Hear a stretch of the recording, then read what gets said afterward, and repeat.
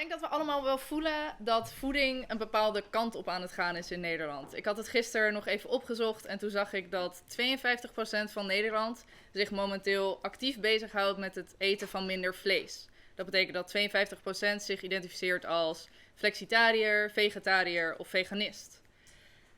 En dat zien we ook terug in de adviezen vanuit de overheid. Zo heeft de Gezondheidsraad vorig jaar nog een rapport gepubliceerd waarin zij zeggen dat momenteel halen mensen 50% van hun eiwitten uit dierlijke voeding. En dat willen ze terugbrengen naar 40% de komende tijd. En ons doel vandaag is eigenlijk om een andere kant te laten zien. Om te kijken van waarom zou je dit misschien niet willen. En ook ons doel is om te zeggen, het is heel lastig om wetenschappelijk de waarheid te vinden. En eigenlijk keer op keer wordt een soort van gedaan alsof we met wetenschap nu echt de waarheid hebben gevonden. Maar daar worden ook fouten in gemaakt. Hè? We hebben een hele tijd terug werd ons geadviseerd om roomboter te vervangen met margarine. Toen bleek later toch dat daar heel veel transvetten in zaten die ontzettend schadelijk waren en juist hart- en vaatziekten veroorzaakt. Dat hebben ze toen weer moeten aanpassen. Nu zien we dat gebeuren, dat is nog een paar weken geleden met cholesterol. We dachten dat cholesterol in het dieet ook een direct effect had op het verhogen van cholesterol in het lichaam. En nu heeft de American Heart Association gezegd, dat blijkt eigenlijk toch niet zo te zijn. Cholesterol in het dieet heeft niet zo heel veel invloed op cholesterol in het lichaam. Dus waar vroeger werd gezegd, je moet geen eieren eten, want dat is ongezond, wordt nu gezegd, een ei per dag is eigenlijk heel gezond. En dat is ook wat we vandaag willen doen. Dus we willen bespreken van wat is nou de plaats van dierlijke voeding in een gezond dieet. En is die plaats er? We hebben daarvoor een heel leuk programma. Straks komt Mark. Hij is tweedejaars student bij de Hogeschool van Amsterdam aan de opleiding Voeding en Dietetiek. En hij gaat de vraag bespreken, what is a healthy diet? Daarna houden we even een korte koffiepauze en daarna komt Sally Fallon. Zij heeft het boek Nourishing Traditions geschreven. Dat is echt een miljoen-copy bestseller en zij is ook de oprichter van de Weston Price Foundation. En zij gaat iets vertellen over goede vetten en slechte vetten. En ik zal vast verklappen dat dat niet de vetten zijn waarvan je normaal hoort dat ze gezond zijn. En daarna komt natuurlijk Monique, de boerin bij de Beekhoeven, nog iets vertellen over hoe zij met haar boerderij juist een positieve invloed wilt hebben op het milieu. En hoe ze daarin ook bezig is met het bodemleven.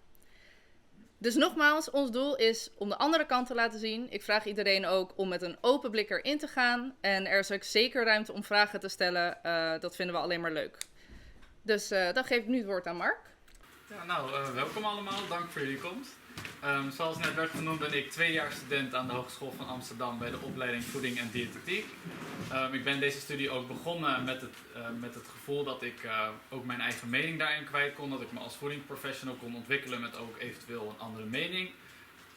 Ik ben ook veel met docenten in gesprek geweest. En uiteindelijk heeft dat geleid dat ik het aanbod kreeg om een voedingssymposium te organiseren.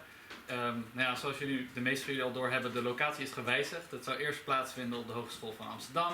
Ik had daar heel enthousiast ook voor gewerkt voor 5 maanden. Maar helaas is in de laatste weken het afgezegd. Met als reden dat het niet met het beleid van de HVA overeenkomt. En dat heeft te maken met onder andere de eiwittransitie waar ze dus voor streven. Dat houdt ons niet tegen, dus wij wouden het heel graag hier doen. Dus ook bedankt voor Monique dat we het hier mogen presenteren. We nemen het ook op, dus ik ga verder mijn presentatie in het Engels doen. As a nutrition student, I often get asked, what is a healthy diet? And if you ask me, I have a long answer on this, and I would like to answer it during my presentation. And for that, I would like to look at the work of Weston Price. He was a dentist in the 20th century. And he had a family member that traveled the world, and he worked for National Geographic, and there he found many primitive people living in isolation that he had to film, and they had beautiful facial structures and beautiful straight white teeth. But this was quite interesting because he was a dentist, and many of his patients had tooth decay and crooked and crowded teeth. But these primitive peoples had no toothbrushes, no dentist, no orthodontist, so how could this happen? So he went on research and he traveled the world for it. He asked himself 2 questions. And the first one was, did these people actually exist? And if they did exist, the second question comes up, which is, what did they eat? Dr. Price started his journey in Switzerland. He found an isolated village living away from modern civilization. They lived in a valley, and due to the natural terrain, it was very hard to come in contact with other groups. They lived off their locally produced foods, and there he found these healthy primitive people. He then continued his journey towards Scotland, towards North America to find the Indians and Eskimos, to Australia to find the Aborigines, the Maori in New Zealand, to South Africa, to Peru, and many African tribes. And there he found these people. People with beautiful facial structures, straight white teeth, and they were very healthy. He meticulously counted all their teeth and if they had cavities or not. He took photographs, he took samples of their food, of saliva, and he found out that these people had very, very little tooth decay, often less than 1%. Even the elderly, they had worn down teeth, but no tooth decay.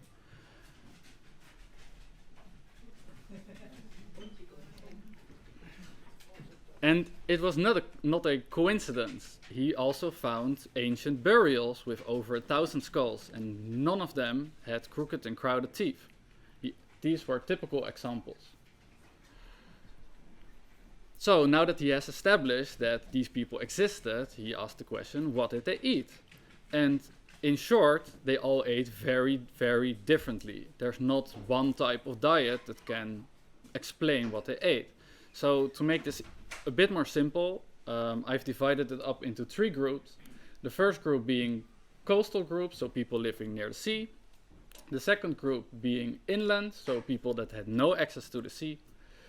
And the third group being a somewhat different category, people that had dairy herds. So the first group, well, they lived off of mostly seafood. Fresh fish was especially important. And no, they did not eat just the skinless, boneless fillets. They ate the entire animal, so including the organs, the liver, the head, the bones. A typical Scottish breakfast was cod's head stuffed with chopped liver and oats. Not a typical breakfast for us. Another important food was shellfish, so lobster, crab, clams. They also ate large sea mammals like seal and whale, and they again prioritized the fats and organs. A sacred food for them was fish eggs. They gave this to pregnant mothers and growing children. On the right you can also see various types of plant foods, but Dr. Price noticed that not every group had good access to plant foods, because some people, like the Eskimos, were living in extreme climates. So they could maybe harvest kelp and berries during the summer period and preserve them, but the rest of the diet consisted almost exclusively of animal foods. In the tropics it was a bit different. They had more plant foods like tropical fruits and root vegetables, but nonetheless he concluded that even the groups that lived off mostly animal food still were superbly healthy, had straight beautiful teeth, which is a bit of a different story that we hear today. The second group is the inland groups. They lived off of mostly wild game. They again prioritized mostly the fat parts and the organs, and if hunting was really good, they left the lean meats and they did not eat them. Wild birds and eggs were also consumed. Some groups consumed insects. I'm not telling you to eat insects, but some groups did.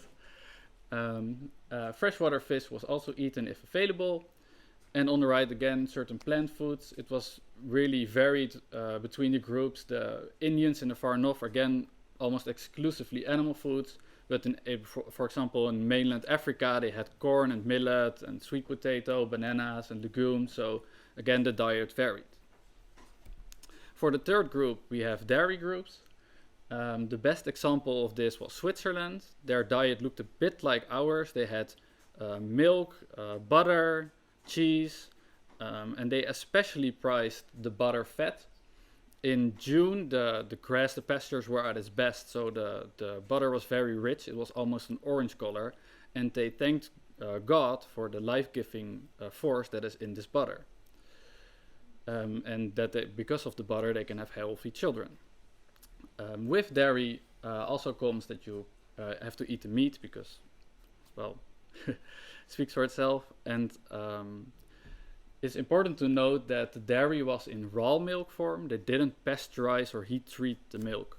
So that's very different from today in the supermarket. In Switzerland, they also ate rye bread and plant foods like potatoes and cabbage. But there were also groups, for example, the Maasai in Kenya and people in Egypt that lived in the desert that almost exclusively lived off animal foods. Dr. Price answered these two questions. Did these people exist and what did they eat? But then another question comes up, and that is, where are these people now? Why don't we have straight teeth? Why don't we look like these primitive peoples anymore? What happened was the new question. These primitive peoples lived in very much in isolation, but during Dr. Price's time, many parts of the world were now being discovered, and even many primitive people started being connected through roads, to trains, through ships, and they started to get access to modern foods. They can buy their food from the store. And many people wanted to be like the white man and buy their food from the store because it is convenient, it tastes good, it's easy. What happened was that they started replacing their primitive diet with what Dr. Price called the displacing foods of modern commerce. And these mainly consisted of white flour, especially in the form of white bread, polished white rice, white refined sugar, which is often found in many different forms like fruit jams, confections, chocolate. The animal fats were replaced with vegetable oils, and the fresh fruits were replaced by canned products, and the milk was often sold to the milk factory, and they replaced it with condensed milk. So what happened if they replaced their primitive diet with these displacing foods of commerce? So what happened next was, well, terrible tooth decay and a lot of pain with it. As you can see, many of these people still have the round white faces, but they were not immune to tooth decay. And a very important finding was that once these primitives that ate modernized food for a full generation, that the next generation that was born on these modern foods had the more narrow face with the crooked and crowded teeth and the overbites and underbites, which we often see today. Of course, these are quite extreme examples, but this picture might better represent what we see today. On the right is a child brought up on primitive foods. He has the round face, and as you can see, the middle and lower third of the face is very wide, and there's plenty of space for the teeth to come in straight. And what we see on the left is a typical modern face, which is more narrow and crooked teeth. So again, another question comes up. Why does this occur? The Weston Price Foundation has put this into 11 dietary principles that we can apply into our own life, and this will explain why this phenomenon occurs. The first principle is that these people avoided all refined and denatured food. In Dr. Price's time, there were not as many, like we mentioned before, the ones on the left. But today we have many refined sweeteners like high fructose corn syrup, which is in almost every product in the supermarket, hydrogenated vegetable oils, all types of additives, artificial flavorings like MSG. And I cannot stress this enough. If you look at the nutrition labels on grocery store products, these food components are in almost everything. There's also the interest in plant-based replacement food is also really growing, so fake meats and soy milk, for example. The second principle is that every diet contained animal products. This very much challenges the vegan trend going on now, but Dr. Price noticed that every diet contained animal products. It was one of his biggest disappointments because he really hoped to find a group that lived solely on plant foods, but he had to admit that he did not find them. Well, why animal products? Well, first of all, there are certain nutrients found only in animal products. For example, vitamin A and D, which we will go over. Cholesterol, which is often blamed as being bad, but actually is crucial for brain development and hormone production. Vitamin B12, very long chain super unsaturated fatty acids like EPA and DHA, which are more commonly known as fish fatty acids, and arachidonic acid. Also, there are certain nutrients more easily absorbed from animal products like calcium, which is very hard to obtain from plant foods, vitamin B6, magnesium, iron, zinc, and copper. Well, the third principle is Dr. Price's key principle, which is nutrient density. What he found was that the primitive diets contained 4 times the minerals and 10 times the fat-soluble vitamins compared to the modern American diet. We want to spend more time on the fat-soluble vitamins during this presentation because they are really important. He stated this as the following. These fat-soluble vitamins are needed for rendering the minerals in the food available to the human system. It is possible to starve for minerals that are abundant in the food eaten because they cannot be utilized without an adequate quantity of the fat-soluble activators. This metaphor might make it easier to remember. Imagine if the body is like a big house or a temple, and it has to be built large and tall. And the bricks are the minerals, and the mortar is the fat-soluble activators. You can have plenty of bricks, plenty of minerals, but if you do not have the mortar or the fat-soluble vitamins to glue it together, you cannot build a strong, tall temple.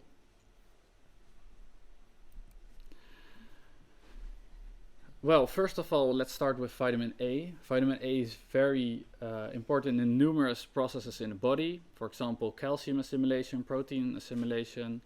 It's very important for growth and cell differentiation, especially fetal development. And for hormone production, and there are many other important functions for vitamin A. Well, we all know that the saying that, well, to get vitamin A, eat lots of carrots. But it's actually a myth. There's no vitamin A in plant foods. What is in the plant foods are carotenes, and they have to be converted into vitamin A by this process. But not everyone can easily convert these carotenes into vitamin A. You need certain factors if you even want to convert it, like fats in the diet, thyroid hormones, and vitamin E. But also, the conversion and the storage is difficult or even impossible for many groups of people, for example, babies and children, diabetics, and about half of Europeans. Research indicates that about half of Europeans have a certain gene variant that makes it very hard to convert carotenes into vitamin A. Well, luckily we have plenty of food sources in the typical Dutch diet that are very rich in vitamin A. These are often the foods we're told not to eat, like butter, cream, cheese, and egg yolks. The best source of vitamin A is liver. Liver is nature's most nutrient-dense food, and again, we're told not to eat liver. If we compare liver to, for example, apples, carrots, lentils, or even red meat, it is far more nutritious. For example, carrots with vitamin A, there's no comparison to liver. Lentils is often seen as a very mineral-rich plant food, but liver contains much more of it. And if we compare liver with red meat, it contains about 60 times as much vitamin B12. An interesting 1940 newspaper article where it stated that doctors and dietitians recommend people to eat liver at least once a week. Well, that's very different from today. If we move on to the roles of vitamin D is very important for mineral metabolism, especially calcium and phosphorus, which makes it very important for your bones and proper growth. And there are many other very important functions for vitamin D. A myth that we often come across is that you can get adequate vitamin D from just exposing your face, hands, and neck to the sunlight for about 15 minutes every day. We've probably all heard of this. We've looked into this data from the Dutch Health Council, but it's actually a lot more complex. You need, just to get 2/3 of your vitamin D, you need a lot more time in the sun. It needs to be at the brightest time of the day. You still need an above average intake of vitamin D from food. And there are many groups of people, like children, pregnant women, elderly, and people with a dark skin that have higher requirements because of this. And this results in their advice to supplement with vitamin D. So children, elderly, pregnant women, etc., they are advised to supplement with vitamin D. But there can be problems with this, because if you heavily dose on vitamin D, you will deplete the other fat-soluble vitamins A and K2. So they need to be in balance. And the second problem could be that there can be up to 800 types of vitamin D. There's not just one form of vitamin D, but the supplement only provides vitamin D3. So if this will result in any problems is a bit unknown. Then we come to the second myth, which is that you cannot get adequate vitamin D from food, so you have to supplement. But it's actually very hard to test for vitamin D, and most nutrition labels are not very accurate. They often only include D2 and D3, and many foods are just labeled as not containing any, even though they do. And the Weston Price Foundation has a very good article on this. They had tested various types of food for the vitamin D status, and we'll go over them now. Again, we have many food sources of vitamin D in our traditional Dutch diet. Fish, we have a lot of seafood here, great access to the sea. Egg yolks can also be a great source of vitamin D, and cheese. It is, however, very important to note that the agricultural methods make an influence on the nutritional value of our food. If chickens are kept inside, they will not produce enough vitamin D. So again, we're very happy to be here with good farmers that have their animals on pasture. If chickens are left on pasture, their eggs will have 8 times more vitamin D and 2 times more vitamin A compared to a supermarket egg. Another great source of vitamin D is lard, which is the fat of pigs. Many people don't expect this, but it's actually true. But again, it's very important that these animals are raised on pasture. Again, their analysis showed that just 1 tablespoon of lard can be more than enough to meet your daily requirement of vitamin D. So lard can be a really good source of vitamin D. And there are farmers in the Netherlands that keep their pigs in the forest outside like this. So if you're interested to learn where you can buy this meat, I'd be happy to share afterwards. One of my personal favorites is blood sausage. Blood is also a great source of vitamin D. And this is a typical old Dutch food. So also shellfish is very good source of all the fat-soluble vitamins. We have all sorts of shellfish like oysters, crab, shrimp, mussels, and clams. Their laboratory test also showed that fish eggs, which were a sacred food for many groups, are a great source of vitamin D. I'm not telling you to buy the most expensive caviar, but you can buy fish roe from your local fish market for a pretty good price.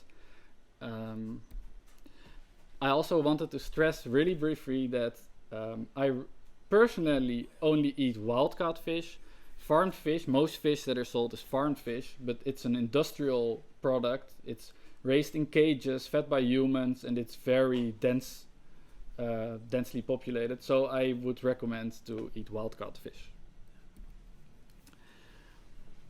And then the third fat-soluble vitamin is vitamin K2, which is the animal form of vitamin K. Nutrition labels often only show vitamin K1, which is the plant form, but the animal form is much better absorbable. Vitamin K is important for growth and development, for bones and the teeth again, and it also has been shown in research that it prevents heart disease by preventing calcification and inflammation of the arteries. Also, it's important for brain development and reproduction. Vitamin K has been shown to prevent the growth plates from closing prematurely, including the growth plate in the maxilla, which are these bones here. So this might explain why these primitive people had such white faces, because the vitamin K supported the growth of these bones. Also, the Dutch diet has many good sources of vitamin K2, which are butter, aged cheeses, egg yolks, poultry liver and fat. Again, important that they are pasture raised. Lard and fatty meats are also a good source. Lastly, to stress the importance of grass feeding, also for cows, for dairy products, it's really important that they are grass-fed, so they contain all the fat-soluble vitamins, they don't get fat soy. I really want to stress that the industrial confinement model claims to be efficient because it produces cheap foods, but it's not very efficient in providing the fat-soluble vitamins and other important nutrients. Lastly, I'm not a fan of supplements, but there's one thing that you can take that can support the fat-soluble vitamins. This is an old ad which states about cod liver oil. Your baby, give him the help he needs to build a well-shaped head, a straight back, a straight, strong back, sound, even teeth. Daily use is important. We had the same in Europe, because after World War II, many people suffered from rickets, which is a serious vitamin D deficiency, which causes weak or soft bones. And UNICEF has set forth a program to help over 1 million young children and pregnant women, and provided them with cod liver oil to prevent vitamin D deficiency. The good thing about cod liver oil is it also provides a lot of vitamin A, so you don't get the problem that you get with taking a supplement, that you will deplete vitamin A. So this can be a great addition to your diet if you would want to supplement with something. And we know cod liver oil in Dutch as levertraan. To round out my presentation, we've gone over the first 3 dietary principles from the Weston Price Foundation, but there are many more. So if you would like to learn more, I really recommend to go to their website. They have many articles that are great. They go over lacto-fermented foods, over bone broths, over salt, over preparing for pregnancy. And one that I think is also very important is grain products. Many people these days say they have a gluten intolerance because they cannot digest grains very well. The paleo diet, many diets, carnivore diet also says don't eat grains, but actually grains have a very good role in our diet, but they have to be prepared properly, so they have articles on that as well. So that was the end of the presentation, and do you have any questions?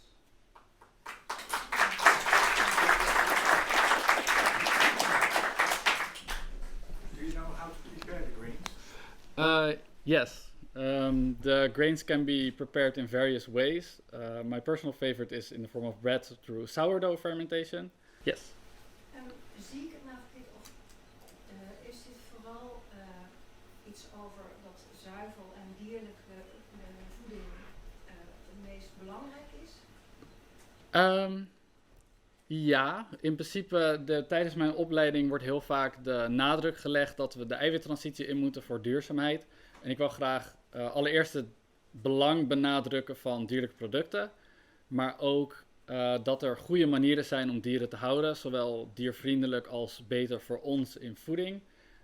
Dus ik wil graag daar ook een platform voor bieden, dat ook boeren kunnen spreken. En ja, ik hoop dat we daar een ander beeld kunnen geven dan die nu heerst. Ik kan me voorstellen dat je, ik ben zelf flexitariër, ik kan me voorstellen dat je 1 keer per week vlees eet en de rest niet, de rest plantaardig. Ik bedoel, hoe zie jij dat? Moeten mensen elke dag vlees eten? Ja, goede vraag. Ik denk dat niet iedereen bereid is om veganistisch te worden of heel extreem vegetarisch. Dus ik wil graag dat er ook een alternatieve oplossing wordt geboden. Zelf wil ik ook niet op een veganistisch-vegetarisch dieet vanwege deze redenen. Dus ik wil het belang benadrukken dat we ook betere dierlijke producten kunnen produceren. Het is niet geen vlees of bio-industrievlees. Er is ook een tussenweg. En die wil ik graag ook open gooien. Nou ja, moet er niet meer de nadruk op te liggen dat misschien niet van wat je eet, maar hoeveel je ervan eet. Want dat is natuurlijk ook gewoon een probleem met dat er zoveel dieren voor ons worden gefokt en geslacht en wat al niet. Omdat we eigenlijk veel te veel van eten wat we niet nodig hebben eigenlijk. Nou ja, er wordt niet echt specifiek gezegd hoeveel je van alles moet eten. En ik vind dat juist fijn, dat je ook een beetje zelfsturing hebt. Want er waren primitieve groepen, zoals in Zwitserland, die voornamelijk zuivelproducten aten. Maar die aten 1 keer per week vlees. Maar er waren ook groepen die bijna elke maaltijd vlees of andere, zeg maar, vis of andere dierlijke producten aten. Dus het is ook fijn dat het zelf kan worden ingevuld. En dat je ook een beetje naar je eigen lichaam kan luisteren van waar heb ik behoefte aan en wat wil ik eten. En ter reactie op dat we te veel dieren houden, ja, dat ligt ook weer vrij complex. Want we zijn een van de grootste exporters ter wereld. Dus wij eten feitelijk niet het grootste deel van het vlees dat we produceren. Dus ja, de veestapel kan omlaag, maar hoe dat dan moet, en dat is best wel complex. Dus, we zijn nu met 8 miljard en daarvan heeft 20% honger. Ja, precies. Dus er zijn heel veel dingen die je kan zeggen. Ja, we moeten het eten eerlijker verdelen en het moet anders. Maar ik denk dat daar niet heel makkelijk een oplossing is te vinden. Ik denk dat de oplossing uiteindelijk ligt bij ons consumenten. Dat als wij betere keuzes gaan maken en dat wij geïnformeerd worden over de voordelen van grasgevoerde producten, dat wij dan naar boeren gaan die dat ook doen. En die beter produceren. En zo werken wij met z'n allen aan een betere toekomst. Dus ik hoop dat wij als consument gestimuleerd worden om betere keuzes te maken. En niet gaan zeggen van ja, maar de industrie moet het anders doen, want het is fout. Want ja, dat is voor nu geen oplossing. Nou, bijvoorbeeld hier boodschappen doen in plaats van bij de supermarkt. Jouw verhaal hier juist weer een hele andere kant op gaan. Alsof bij heel veel zuivel en vlees moeten eten. Ik hoor jou niks zeggen over bijna niks zeggen over plantaardige producten. Evenwichtig beeld zijn, dat mis ik hier nogal. Nou ja, ik heb nooit gezegd dat plantaardige producten er niet bij horen. Ze mogen ook zeker een groot onderdeel zijn van het dieet. Maar wat gewoon belangrijk is dat we niet vergeten dat de dierlijke producten ook belangrijk zijn. Want dat wordt tegenwoordig niet meer verteld, of te weinig. Oké, als iedereen weer zit, dan gaan we door met het tweede deel van het symposium. En dat is de presentatie van Sally Fallon over good fats, bad fats. So Sally, the floor is all yours. Thank you, and thank you, Mark, and thank you for organizing this and helping us to get this message across. So I'm going to start with what we call a spoiler alert. I'm giving you the conclusion, and this is that this type of butter, beautiful yellow grass-fed butter, is the healthiest fat that you can eat, and you can eat as much as you like. My husband and I probably eat 4 or 5 tablespoons of this type of butter every day. And my husband is 98 years old and still drives a tractor. So just to show he hasn't died from a heart attack yet. So we're going to talk now about what Dr. Price called the displacing foods of modern commerce. And absolutely number 1 on that list is the industrial fats and oils, including margarines and spreads, what Dr. Price warned about even in the 1930s. He was warning about these industrial fats and oils that were coming into the food supply. He called them replacing fats because they were pushing out the animal fats. And as they came in, this industry began a huge propaganda campaign This has been going on for 100 years to demonize their competition. And who is their competition? The competition is animal fats. The competition is butter, lard, coconut oil, which is not an animal fat, but so they've demonized and bird fats. They've demonized cholesterol and saturated fat because that's what's in their competition. There's nothing scientific about this. The sweeteners, high fructose corn syrup, MSG, which I could talk for hours on, is extremely damaging to the brain. Artificial sweeteners, the modern soy foods, breakfast cereals, and what we've done to nature's perfect food, raw whole milk, we patent the properties of the milk. It makes it very allergenic. So I call these the 4 horses of the apocalypse. And again, number 1 is the industrial seed oils. If you don't do anything else to improve your diet, is to get those out of your diet and embrace the animal fats. Refined sweeteners, and then the processes like pasteurization and extrusion, and finally all the toxins added to our food, additives and agricultural chemicals. So just to summarize, there are 3 main types of fats. One is saturated fats. These are solid at room temperature. And why do we need these fats? Because our bodies are tropical. Our bodies are warm, 98 degrees. That's a very hot day.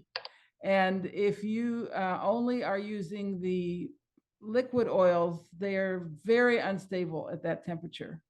But the saturated fats are soft at that temperature or even liquid. So saturated fats, butter, meat fat, coconut oil, beef fat, lard, etc. The monounsaturated oils, these are liquid at room temperature, but they get semi-solid in the fridge. And then the polyunsaturated oils, which are liquid even in the refrigerator. So that's how you keep the 3 apart. This is how these molecules look. On the left, you have a saturated molecule. It's fully saturated with hydrogen. It's a straight molecule. Excuse me. And they pack together easily. That's why they're solid at room temperature. And that's why they're safe. They are very stable and safe. And they don't cause problems in the body. The monounsaturates have 1 double bond. There's a little bend there. They are liquid at room temperature, but they kind of straighten out and pack together if you put them in the refrigerator. And then we have the 2 main types of polyunsaturated oils, omega-6 and omega-3.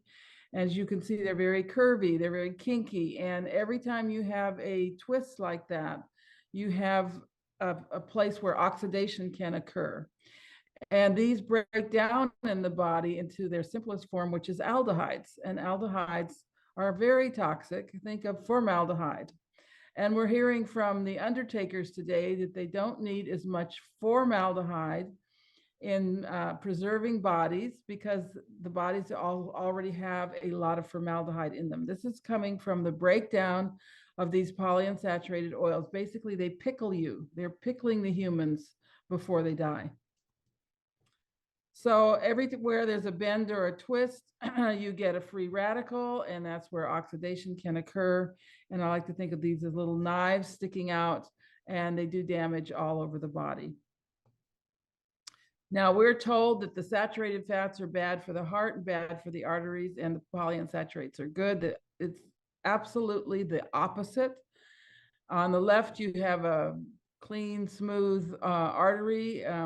Those fat deposits are a saturated fat. That's what your body wants. That's what the heart needs. There's a lot more energy in saturated fats than there is in polyunsaturates. The monounsaturates also, if it's not excessive, again, are okay in the body. But you can see on the right, it looks like a piece of fried chicken or something. This kind of damage is caused by vegetable oils. It is not caused by the natural animal fats.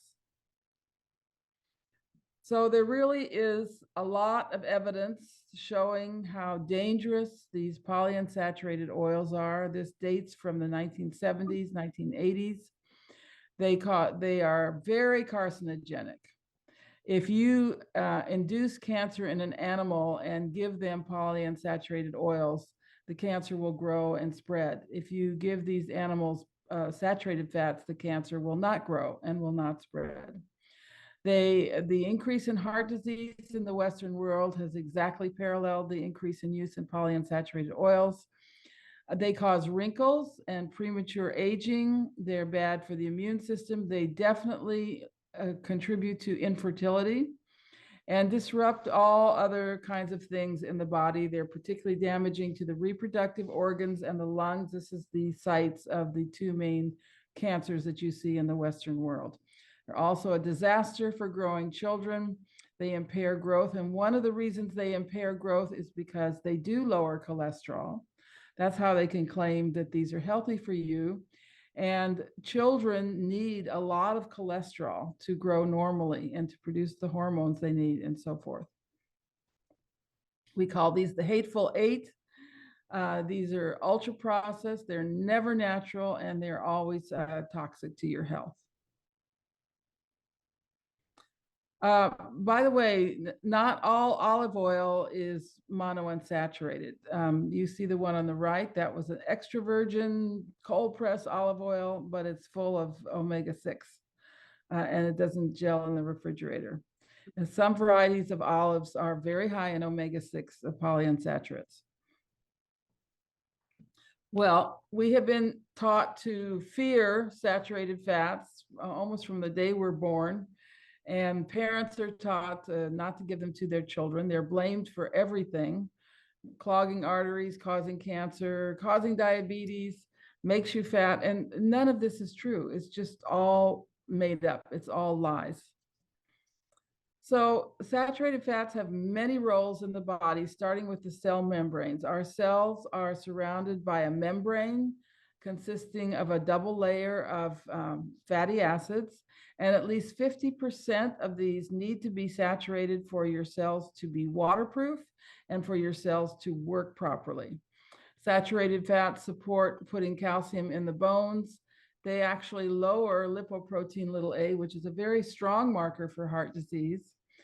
They are the preferred food for the heart because they have the most energy in them.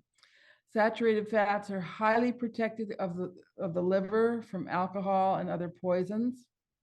And the lungs cannot function without saturated fats. Your lung surfactants are composed of 2 saturated fatty acids. And if there's not enough saturated fat in your diet, or if your body is unable to make enough saturated fat, the lungs will just not work. And similarly with the kidneys, they cannot work without saturated fats. The immune system is enhanced by saturated fats. Your essential fatty acids, you need small amounts of them, but they are also enhanced and they work with saturated fats. And finally, detoxification. This saturated fats support the body's natural detoxification mechanisms. So this is a normal cell membrane at the top, and most of those fatty acids, those little strings hanging down from the red balls, they need to be saturated so your cell membrane is stable. If you have a lot of polyunsaturates in your cell membrane, which is the lower illustration here, the cell membranes will be too fluid and they'll break, and we say that they'll be leaky and fragile. Just very briefly, there's some very interesting saturated fats in butter and coconut oil, short and medium chain saturated fats that raise the metabolism. They're very good for the thyroid gland, and they help with weight loss. They're never stored as fat. They have also anti-cancer role in the body. So here's some of my favorite studies. In the United States, I don't know about Holland, but in the United States, it is a federal law that you cannot give whole milk to children in schools. The milk that the children get is low fat or skim milk on the premise that the full fat milk will make them fat. And actually, we have 2 studies showing that the low fat diets, the children ended up fatter and eating more sugar. A very interesting study out of Harvard University, 2007, with women who were unable to get pregnant. They gave them butter and full fat milk, and most of them were able to get pregnant. So, you need those animal fats for fertility. And my favorite study in the whole scientific literature, Swedish women using cheese and full fat dairy had lower weight gain as they grew older. Now, it doesn't say no weight gain. It's actually normal and healthy. And this is what's supposed to happen when you grow older, is to gain some weight, but you don't want to gain too much weight. And so in order to accomplish this, you eat the full fat foods. This is what is given to our children in school lunches. It's based on spray-dried skim milk and contains almost as much sugar as sodas, and contains MSG, which also contributes to weight gain. So this is actually a recipe for making our children fat. So just to summarize, in the primitive diet, about 4% of calories were polyunsaturated fatty acids, and these came with the food. They're in all the foods we eat in very small amounts, and that's what your body needs. The modern diet, especially if you're trying to follow the dietary guidelines of, not just in the United States, but throughout the world now, you'll end up with something like 20% of your calories coming from polyunsaturated fatty acids. This is a very abnormal situation. It's kind of new in the history of mankind. And this high level of polyunsaturates creates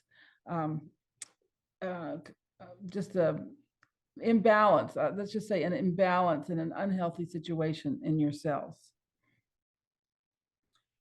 This is a flow chart of how these oils are made. They're heated very hot. So I want to say 150 C, even higher, 200 degrees Celsius. In the deodorizing process. What comes out of the seeds is a black, smelly gunk. No one would ever think of using it for a food, except the food industry. And it goes through all these processes to refine it and to put something in the bottle that looks like this. It's been heated over 4 times, at least 4 times. And every time you heat these oils, they break down more. And then you're told to cook in these things. If you wanted to reduce the world's population, and there's people out there saying this, we need to reduce the world's population, this is the best way to do it, because they won't even know it. They won't even know what's happening.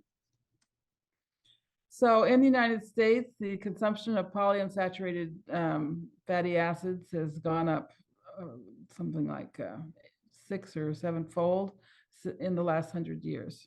And this is the source, the number one source of the health problems we're seeing today, especially in our children. So this is 1909 compared to 1985, it'd be even worse today. So butter consumption has plummeted from 18 pounds per person per year to 5. Lard, nobody uses lard anymore except crazy people like me. Shortening has tripled. That's your partially hydrogenated things like Crisco, margarines, but look at the polyunsaturated oils. It's just a huge, huge increase. And during this time, in 1909, cancer was rare, heart disease was rare. Basically, our children were healthy. And today we have an epidemic of heart disease and cancer. So please don't tell me that it's the butter and animal fats are the culprit here, because they're obviously not. We can get the polyunsaturates, which are called essential fatty acids. The body cannot make them, needs them in small amounts. We can get them from the foods we eat. They're in grains, nuts, animal fats, vegetables, legumes, fish, eggs, and fruit. They're everywhere. And when they're in the foods, they're largely protected from the damage that occurs when they're pressed out to make an oil. This is how they make margarine, the trans fats. The seeds are extracted by very high temperature and pressure, and then they add hexane, which is basically gasoline, to remove the final fraction of oil from the seeds. They're already rancid at this point. Then they're steam cleaned, which removes all the vitamins and antioxidants, but the pesticides and solvents are still there. Then they're mixed with powdered nickel. A lot of people are extremely allergic to nickel, and put in a room as large as that barn you're sitting in, and under high temperature and pressure, they bubble hydrogen gas through. And in the presence of the nickel catalyst, this rearranges the molecules in the fats. And what comes out, what goes in is a liquid, what comes out is a semi-solid that looks like gray cottage cheese. It smells absolutely horrible. And then they steam clean it again to remove the terrible odor. And the gray color is removed by bleaching. And at this point, you have what's called pure vegetable shortening. And that's what the industry wants us to use in our fried foods, in our pastries, and so forth. The next step is to add artificial flavors and synthetic vitamins. To make margarine, they are not allowed to add an artificial color. They have to add a natural color. So it's very comforting to know that. And the mixture is packaged in blocks and tubs and sold as a health food, as a spread or a margarine.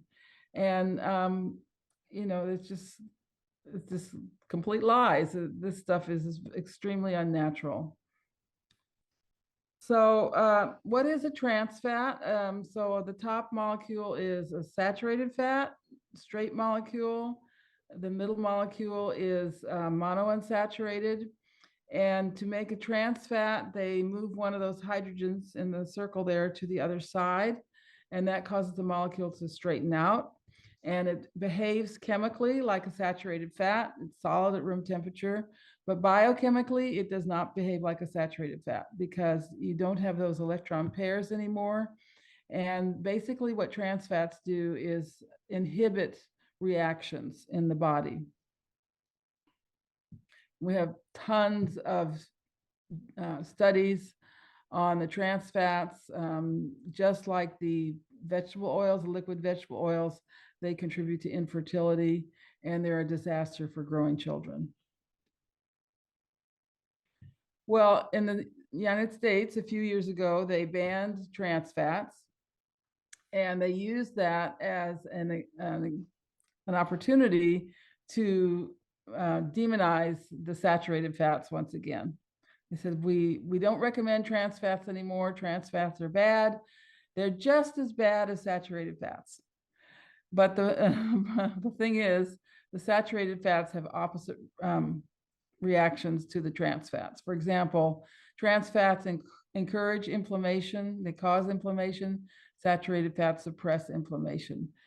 Trans fats depress the immune system, whereas saturated fats enhance the immune system.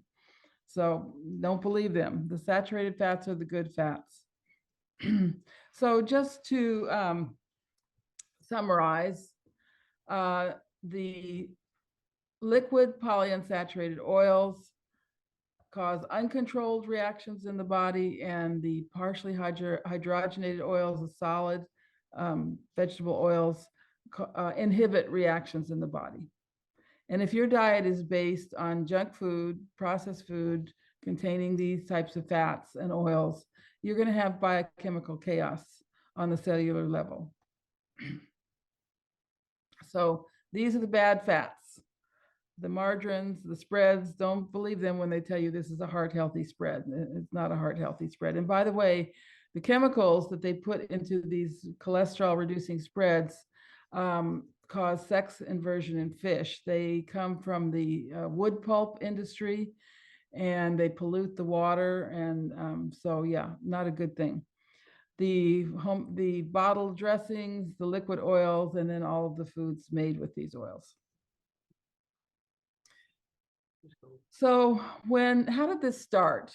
Well, the company that developed the hydrogenation process was called Procter & Gamble.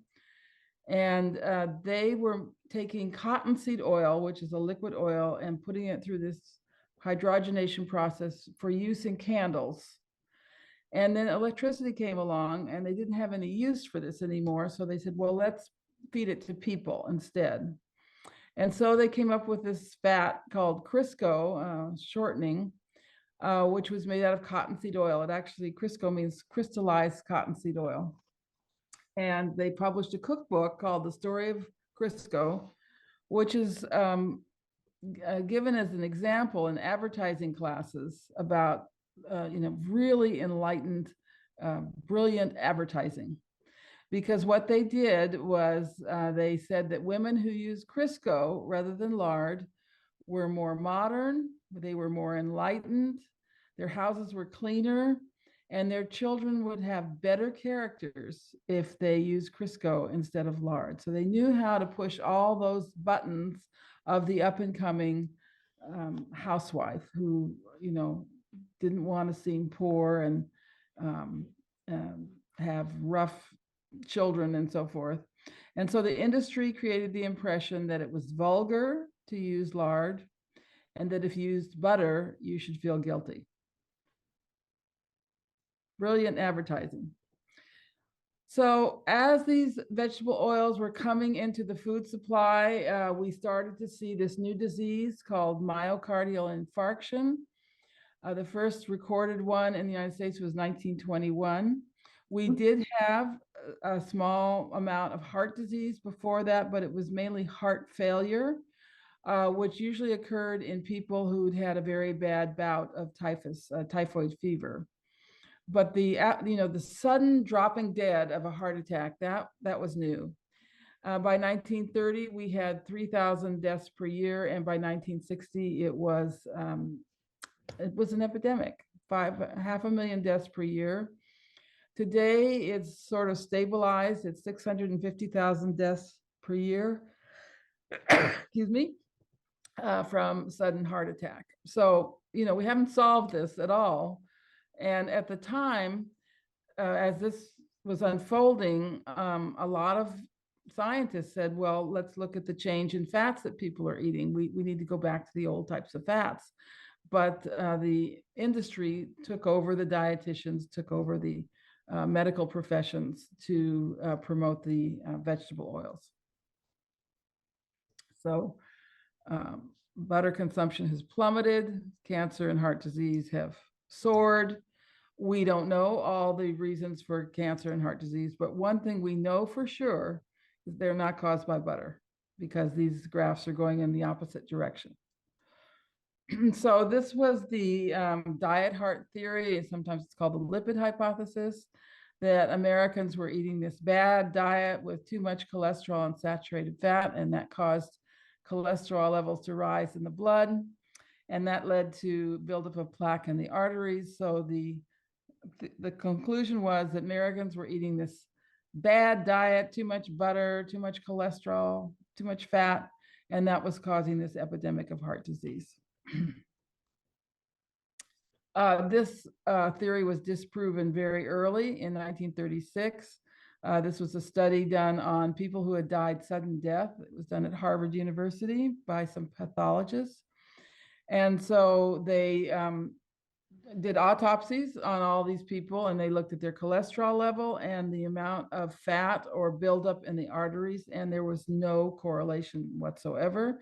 There were people with high levels of cholesterol and virtually no fat in the arteries, and there were people with low levels of cholesterol with a lot of buildup in the arteries. So this was disproven almost as soon as it was put out there. So that's what was disproven in 1936. But the industry was undeterred. They really targeted physicians and dietitians. This advertisement for Weston oil, basically corn oil at the time, was in the Journal of the American Medical Association. And you could write in and get a cookbook to lower your cholesterol. And this same journal, Journal of the American Medical Association, advertising margarine for high blood pressure.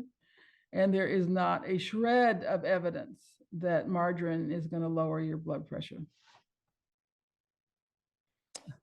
And this was 1972 in the Journal of the American Medical Association. It's a heart wrapped in a margarine wrapper.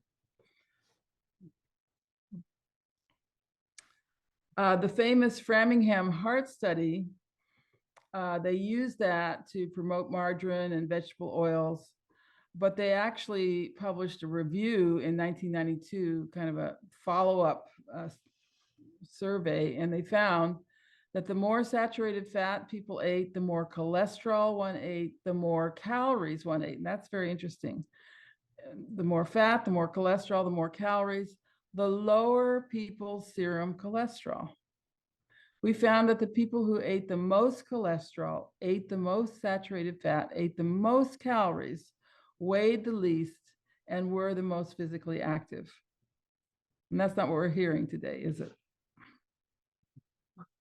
Very interesting study on fats, 1965. These were high-risk patients who had already had a heart attack. They were divided into 3 groups. One got polyunsaturated corn oil, one got monounsaturated olive oil, and one group got saturated animal fats. The corn oil group had lower cholesterol, but only about half were alive after 2 years. The olive oil group did a little better, 57% were alive after 2 years, but the animal fat group had 3/4 of them, 75% were alive after 2 years. And this came from Europe. These are numbers from Europe, 2005. The top graph shows the countries with the lowest saturated fat consumption. And you can see they have fairly high levels of heart disease, especially Ukraine. And then on the lower graph, we have the countries with the highest saturated fat consumption, and they have a much lower levels of heart disease. So the bottom one, France, we call the French paradox, right? Eat lots of butter and eggs and cream and animal fats, and they have very low levels of heart disease. But we also have a Swiss paradox, a Dutch paradox, Icelandic, Belgium, Finnish, and Austrian paradox. So all these paradoxes, there must be something wrong with the theory if you have so many examples that don't match the theory. And there were many other studies during this time when they were pushing the cholesterol theory that indicated that this, just wasn't true. They found no relation between the diet and heart disease, or no relation between the types of fats they were eating and heart disease.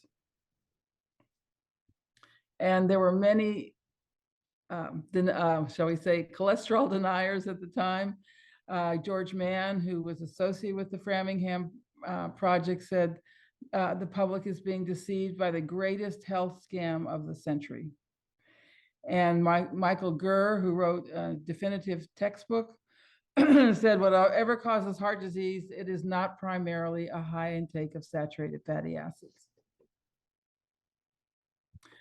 Now, today, what they're teaching is that HDL cholesterol is good, LDL cholesterol is bad and causes heart disease. Trans fats and saturated fat raise LDL cholesterol. So eat soft margarines and liquid vegetable oils. They want to make sure that you're still eating the products of the vegetable oil industry. And what they say is that the LDL cholesterol goes into the arteries when you have a tear or weakness and causes the buildup of plaque.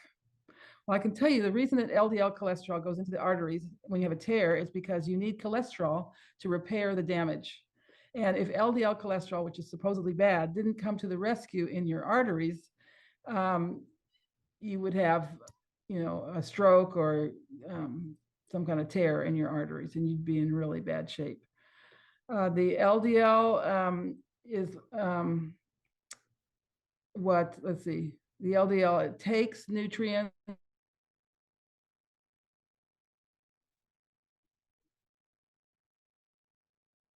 but they're both good. I mean, the body doesn't make mistakes. And here are some recent contradictory studies. The Japanese lipid interventions trial found no correlation between the amount of LDL lowering and the death rate at 5 years. They Journal of Epidemiology and Public Health. This is 2020. High levels of LDL cholesterol are not associated with a reduced lifespan. Recently, a study showed that statins, taking cholesterol-lowering drugs, may increase calcification in the arteries. And finally, 2022, Journal of American Medical Association, no consistent relationship between lowering LDL with statins and death, heart attack, or stroke. So the statins are useless and may be contraindicated. And more, I mean, I'm sure that Mark can give you this and you can look all these up, but there's just no relationship between eating saturated fats and having a heart attack. This was a where they do they measure the calcium in your arteries and the level of LDL cholesterol, and they actually found a negative correlation. The people with a lot of calcium had slightly lower LDL, the so-called bad cholesterol.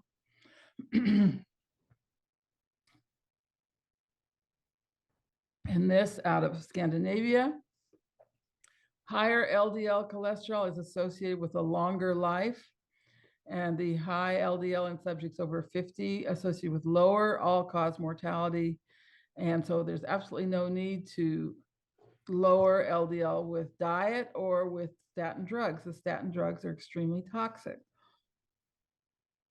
Nevertheless, we have organizations like the World Heart Federation running advertisements. This is indicating that cheese is like a mousetrap and you should avoid it.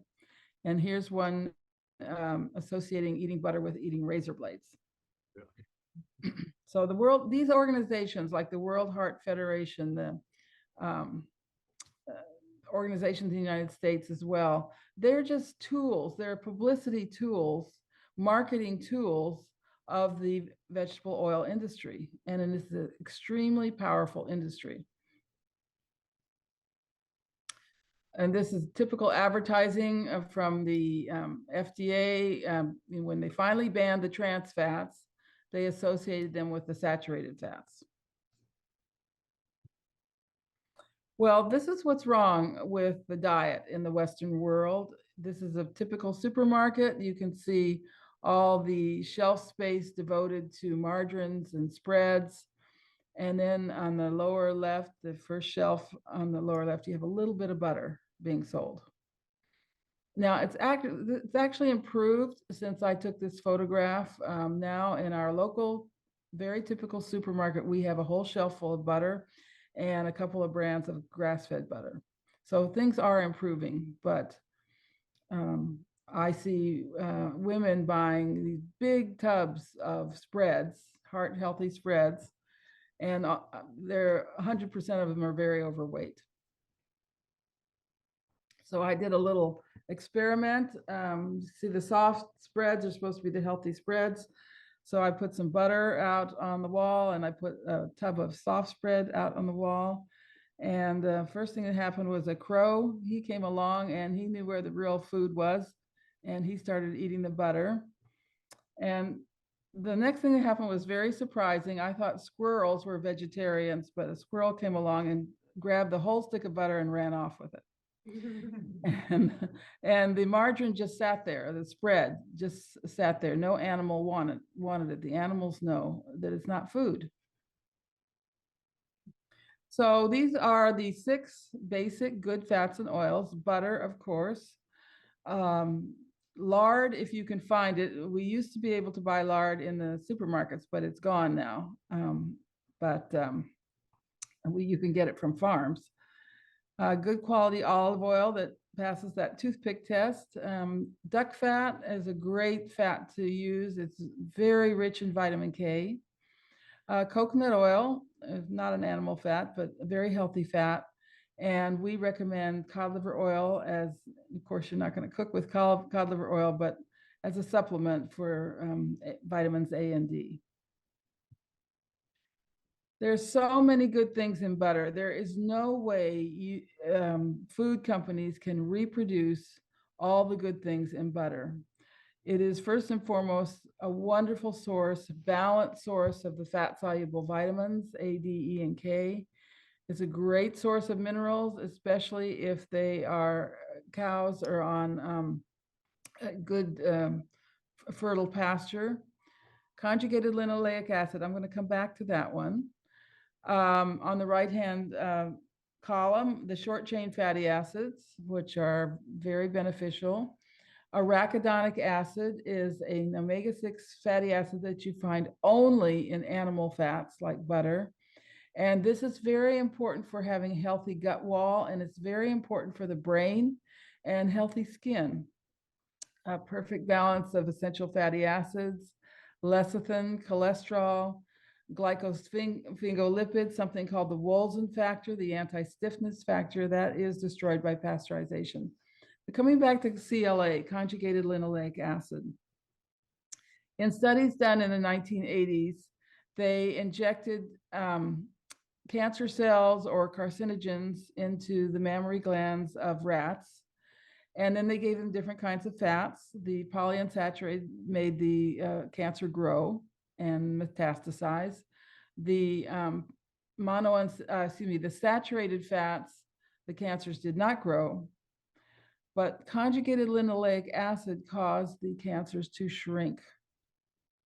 So the most important type of fat in our diet for preventing cancer or getting rid of cancer is conjugated linoleic acid. And there's only one place we can get that, and that is in the fats of grass-fed ruminant animals. So tallow, butter, there's some in lard also. And this is the very type of thing that has been removed from our diet by the agricultural practices, confinement agriculture, and just telling us not to eat the animal fats. No wonder we have so much cancer today. We tested grass-fed butter versus butter I made from some cream. I made it from some cream from confinement cows. You can see the difference in color. We found 10 to 13 times more vitamin A and 3 times more vitamin D in the grass-fed butter. And remember, as Mark explained, these fat-soluble vitamins are the key to good health. They were extremely high in the diets of healthy primitive people. And then the arachidonic acid, which is kind of a complicated fat. It's 20 carbons long, 4 double bonds. It balances the seafood fats. It's very important for tight cell-to-cell junctions, like in your skin and your gut wall. 11% of the brain is arachidonic acid, so we need it for a healthy brain. But the really interesting thing is that our bodies make cannabinoids, natural cannabinoids. We have receptors for them.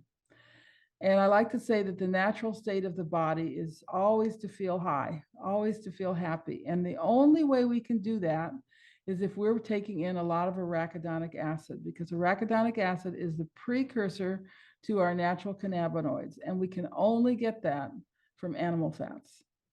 And here we have a society that's avoiding animal fats. People feel miserable. They don't feel the way human beings are supposed to feel. And they turn to drugs like cannabis, which has some, can have some really disastrous effects. But the natural cannabinoids that you make out of arachidonic acid, found exclusively in animal fats, that's the good kind of marijuana. I like to point out that cholesterol is, we call it the mother of all hormones. All of our sex hormones are made out of cholesterol. The corticoid, the adrenal cortex hormones that regulate minerals and glucose levels, blood pressure, and help us deal with healing and stress. These are all made out of cholesterol. And if you're taking a statin, you're going to have trouble having babies, and stress is going to be difficult. You will have a hard time dealing with stress and a hard time healing, and your blood pressure will go up. So, first they put you on a statin, and the next year you go in and he says, well, your blood pressure's up. We have to put you on a blood pressure medication. And 2 years later, you've got diabetes because the statins affect your pancreas. And pretty much everyone who's on a statin is on the other two drugs, and they're all very toxic. And by the way, you need vitamin A for these conversions to the various hormones from cholesterol, and trans fat inhibit these conversions. Don't need to tell you, sugar is just everywhere, hidden in a lot of foods. Netherlands are the third biggest sugar eaters in the world. The United States is number one. This is not good. These are just empty calories. And there was a very interesting study just published 2020 where they got animals addicted to sugar, and then they gave them a diet that was 40% lard, and they didn't want the sugar anymore. So the way they put this was chronic high-fat diet causes a significant motivational impairment for sweet palatable foods. They weren't happy about this, that there was a way to cut your sugar cravings. But so many people are struggling with sugar. And I was one too. I was a sugarholic. I couldn't eat one cookie. I had to eat the whole package. And what people find is that when they go on the high-fat diet, the cravings go away, and it's easy to avoid sugar. Just summarizing the cholesterol research, cholesterol levels vary with the time of day, the stress, whether you've eaten just beforehand, even the type of test used.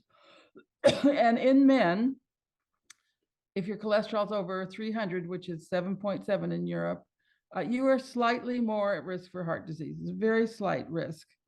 But there's no real difference between 4.6 and 7.7. In women and in the elderly, there's no difference at all of the heart disease rate for any level of cholesterol.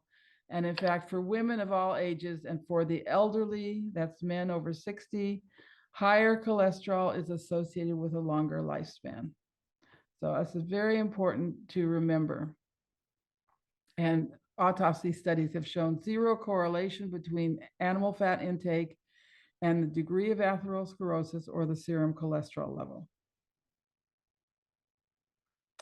The Honolulu Heart Program, 2001, our data accords with previous findings of increased mortality in elderly people with low cholesterol, and show that long-term persistence of low cholesterol concentration increases the risk of death. Thus, the earlier that patients start to have lower cholesterol concentrations, the greater the risk of death. And this, what are they trying to do? They're trying to put young men and young women on these statin drugs, increase the market. This is just a disastrous policy. So there are over 200 risk factors for heart disease. Elevated uric acid is a risk factor. C-reactive protein, underactive thyroid is a risk factor. We know that lack of exercise, obesity, and smoking are risk factors. But snoring is a risk factor. Baldness, having a hairy chest, earlobe creases, or hairy earlobes. Being poor in a rich country and poor country. And elevated cholesterol in some population groups. But these are risk factors, they're not causes. No one would suggest if you have hairy earlobes to cut your ears off to reduce your risk for heart disease. It's just a risk factor. Dr. Price, so if it ain't cholesterol, what causes heart disease? And Dr. Price believed it was of deficiencies in the fat-soluble vitamins, refined carbohydrates, trans fats, vegetable oils, oxidized cholesterol, oxidized fats. I mean, there's many theories. Out of Holland, we have the selenium deficiency.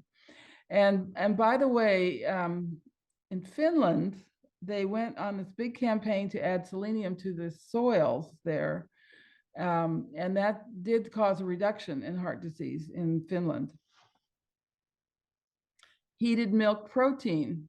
So there were people out there worried about what pasteurization was doing to the milk and saw a correlation with heart disease. Another one is coffee consumption, constantly stressing the adrenal glands. So there's many theories about what causes heart disease. But unfortunately, The medical profession and the universities are just fixated on one, and that's cholesterol and saturated fat. The statins have many terrible side effects, fatigue and weakness. They actually affect your muscles because your muscles need cholesterol, and they lead to heart failure. Your heart is a muscle. Memory loss, reduced mental capacity, reduced libido, depression, accidents, suicide, and one side effect is cancer, because cholesterol protects us against cancer.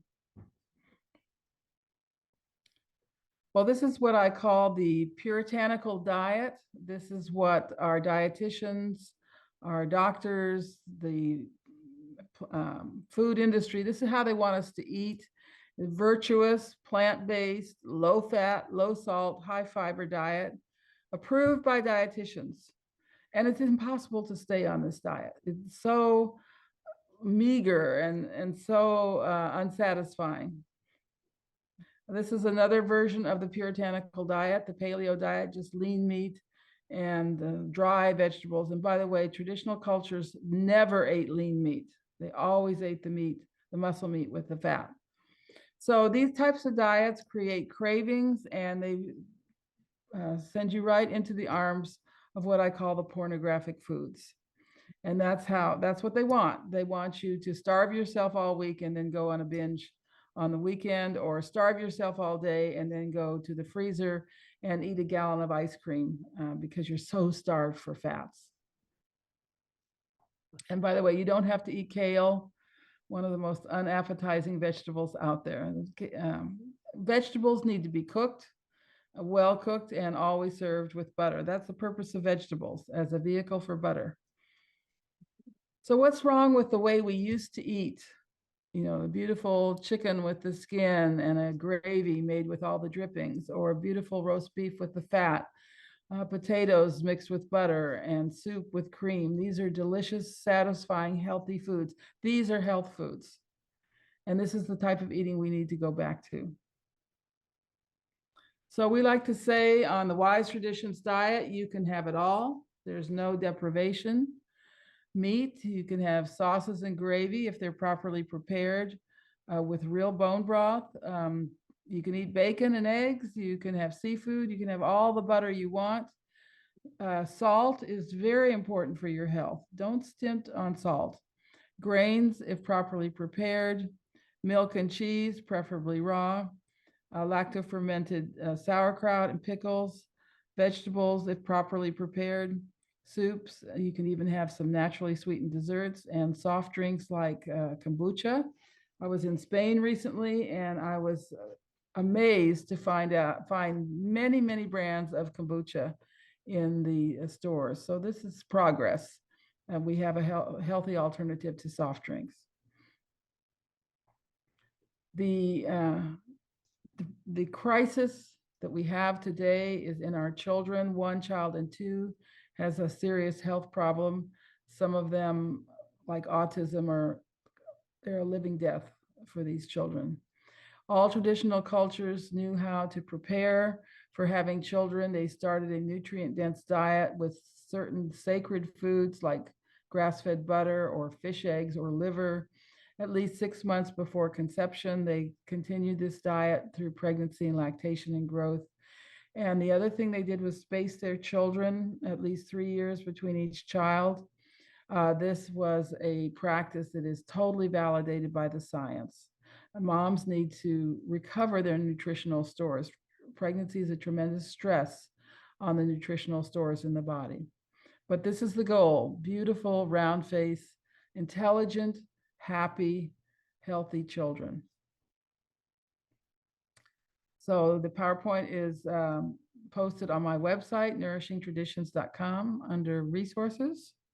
And I think that's it. The Weston Price Foundation provides a lot of very interesting information. We have quite a bit translated into Dutch on our website. We have local chapters, and I believe we have a local chapter leader there. Can you raise your hand? Where is she? Yeah. And a huge website. Please have a visit on our website.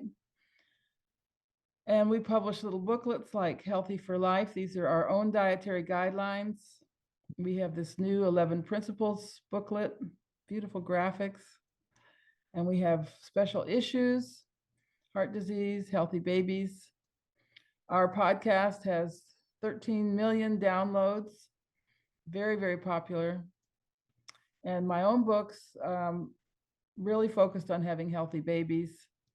And I've kind of cornered the word nourishing, I guess. And Dr. Price's pioneering work, which I believe has been translated into Dutch. If you look for it on the internet, I think you'll find it with all the wonderful photographs that he took. We asked the way we're trying to change the world is have everybody take the pledge. And that is to spend 50% of your food dollars on direct purchases from local farmers and artisans. Buy directly from the farm who's doing it right. And with the remainder of your food dollars, you can celebrate how small the world has become and enjoy rice and pineapple and papaya and spices. So again, there's no deprivation, but we're not going to change this system from the top. The powers that be are too entrenched, but we can change it from the bottom up if every consumer takes the 50% pledge. Okay, I'll stop here and answer questions. Just to summarize everything they did in the diets of healthy traditional people, maximize the nutrients in the food. And everything we do in modern diets reduces, minimizes, depletes the nutrients in our food. And that's the big difference. All right, thank you.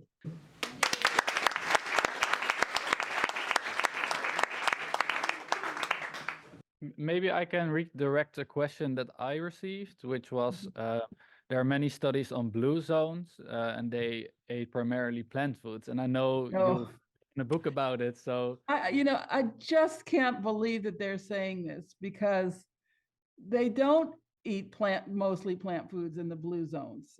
I wrote a book called Nourishing Diets. I have a whole chapter on the blue zones. And they're all, the blue zones tended to be in mountainous areas where they had sheep and lamb and cows. They ate lots of meat and they ate the organ meats. And this guy who wrote the book is lying. He's just absolutely lying to you. I get real upset by this. But also on my blog, nourishingtraditions.com, I wrote about 5 articles on the blue zones. All right, thank you. My husband is a blue zoner. His family routinely lived to their hundreds. He had an aunt and uncle who lived to 104, and they grew up on New Zealand butter, shellfish, and organ meats, the very foods that are so nutrient dense. That doesn't make a very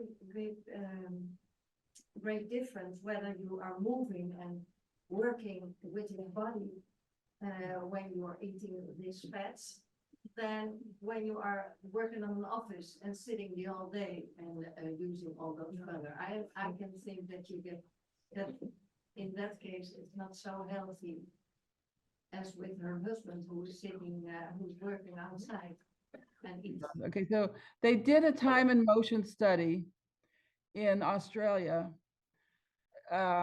looking at people who were eating traditional foods and people who'd moved to the cities who were not healthy. And what they found is the people in the cities did a lot more exercise, walking, bicycling, whatever, than the people in the traditional societies. They didn't exercise in the traditional societies. The women's job was to sit and to prepare food and to grind grain or to gather. It's not a high exercise activity. The men had periods of intense exercise, interspersed with rest. They didn't go out and hunt every day. So it's a real misconception that these foods, high-fat foods, are going to make you fat. In fact, I showed you the study where the women gained less weight when they were eating the high-fat foods. The thing about the high-fat foods is that they, first of all, they keep the muscles well-toned, whether you're exercising or not, and they also support thyroid function and increase your metabolism. Well, this is kind of a myth that primitive people stayed slim because they exercised more. They didn't. They didn't exercise more. But I think a lot of people don't exercise at all. Well, that's their problem. And a lot of them are thin too. I mean,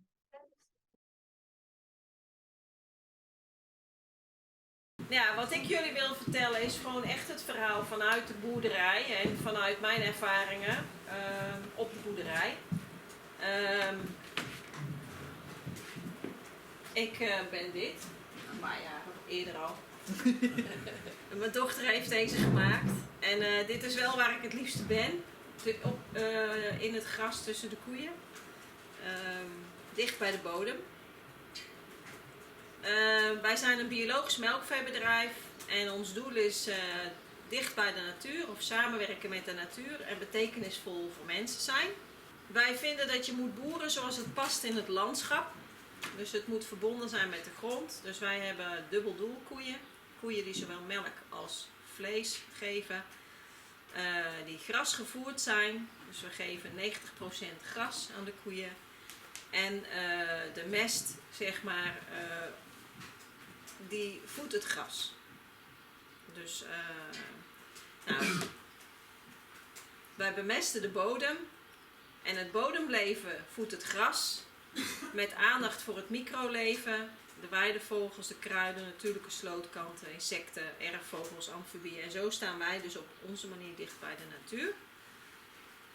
Het is een natuurlijk onderdeel, natuur, voor ons bedrijf. We hebben allerlei landschapselementen. Er is pas nog een kippenakker beplant met allerlei struikjes en boompjes, zodat er een kippenparadijs ontstaat. Want kippen die zitten graag onder struikjes enzovoort. Nou, wij hebben daar straks weer lekker wat besjes van. En we beheren ook natuurgronden. Niet meer van natuurmonumenten, zoals hier staat. Dat is jammer genoeg gestopt. Maar we hebben nu een eigen stuk natuurgebied wat we om willen zetten naar natuur. Maar waar we nog niet helemaal de medewerking van krijgen van provincie dan wel. We hebben het vandaag over over de producten van de koeien. En misschien even naar jullie toe, want ik ken het verhaal van Sally Fallon al heel lang. En hoe is dat bij mij gekomen? Doordat klanten hier kwamen en mij daarover vertelden. En toen ben ik me gaan verdiepen in Weston Price. Ben ook naar congressen geweest. Dus ik heb ook een congres gezien waar Sally Fallon was. En dan mochten wij dan de boter verkopen, zeg maar. Zo ben ik gewoon ook dingen gaan uitproberen. Dus dat wat Sally daarnet zei van ja, eet vet, word slank. Ik denk, nou dat is een mooie, die ga ik uitproberen. En nou ja, we zijn een familiebedrijf, we hebben 4 kinderen. En nou ja, de meeste, als je zwanger bent geweest, dan wil je nog wel eens wat vet vasthouden. Wil je wat forser zijn. Hoewel ik toch een lichamelijk beroep heb, zeg maar. Maar ja, bepaalde kilo's gingen er niet af. En natuurlijk na 4 zwangerschappen voel je ook wat, ja, toch, ik was een stuk moeier. Ik heb ook een kies verloren, zeg maar, daardoor. Tenminste, dat zei de tandarts in ieder geval. Dus, maar ik dacht, nou ja, goed, dan, wij hebben room hier. En ik dacht, ik ga kwark maken van room. Dus 20% room.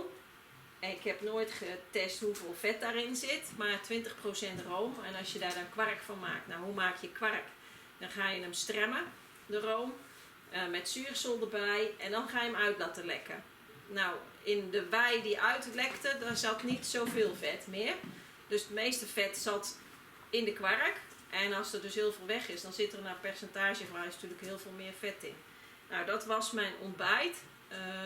Nou ja, ongeveer een jaar lang. Ik kreeg meer energie. En ik deed het daar niet om, maar ik viel inderdaad af. Nou ja, ik kan het dus alleen maar bevestigen. Bij mij werkte dat in ieder geval. Wat Sally aan waterval en informatie gaf, ja, moet je soms ook uitproberen.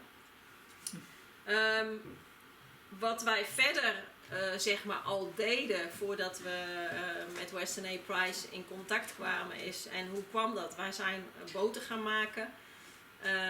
En ja, we vonden pasteuriseren we deden dat met de hand. Dus pasteuriseren was voor ons een extra stap. Moesten we de melk gewoon in een pan verwarmen en dan vervolgens boter gaan maken.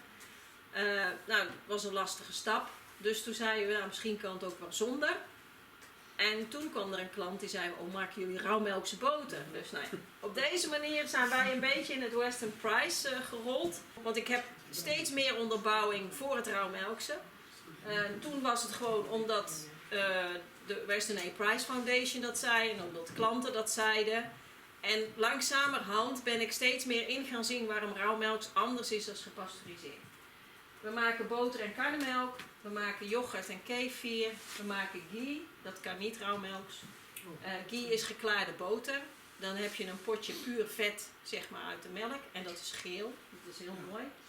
We hebben vlees en vleeswaren van onze eigen koeien, want ja, als koeien melk geven, op een gegeven moment geven ze geen melk meer. Dan laten we ze een jaar in een natuurgebied lopen en dan gaan ze naar de slager brengen, dus dan is er ook vlees. We hebben appelsap, puur gewoon alleen geperst, wel gepasteuriseerd omdat je het dan ook langer bewaart. En eieren, en nou ja, als je eieren hebt, heb je ook weer soepkippen. Dus dat is een beetje wat we hier doen. Ik ben in de loop der jaren steeds meer geboeid door de overeenkomsten die ik zie tussen een gezonde bodem en gezonde voeding. Het volgende wat er gebeurde in de winkel, dat het heel vaak over het darmflora ging en over de darmen ging, over de buik. Ze hadden last van de buik en ze konden wel rauwe melk verteren, zeg maar. Mensen die kwamen die zeiden, jouw kefir dat is wondermelk. Toen ik voor de biologische sector zeg maar in moest vullen wat voor ingrediënten ik gebruikte, realiseerde ik me pas hoe weinig ingrediënten ik gebruik. Dus je hebt melk en vanuit die melk doe je alleen een melkzuurbacterie erin, of soms stremsel.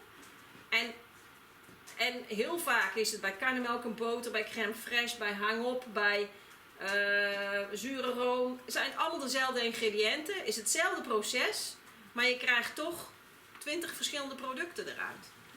En dat is gewoon het proces. Dus ik verbaasde me daar gewoon over hoe wonderlijk melk eigenlijk is. Als je het met micro-organismen laat fermenteren en bewerkt, zeg maar. Ik denk biodiversiteit is mooi en de natuur is mooi.